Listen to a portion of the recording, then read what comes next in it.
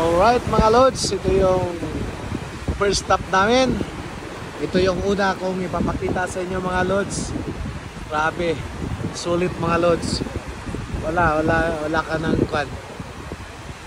Kasi dati sa Pinas ko lang to na naramdaman na nakita yung mga ganitong mga tanawin, pasyalan.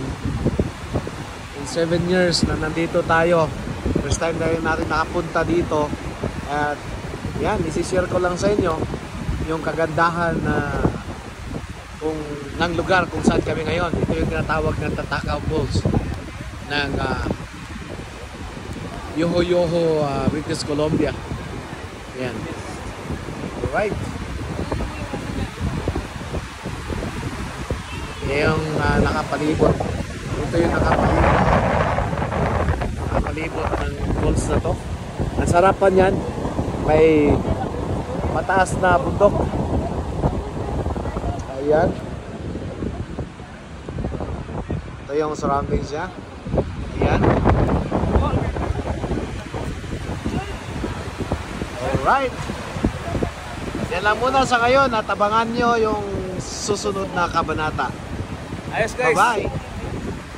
Bye-bye pre. Bye-bye pre.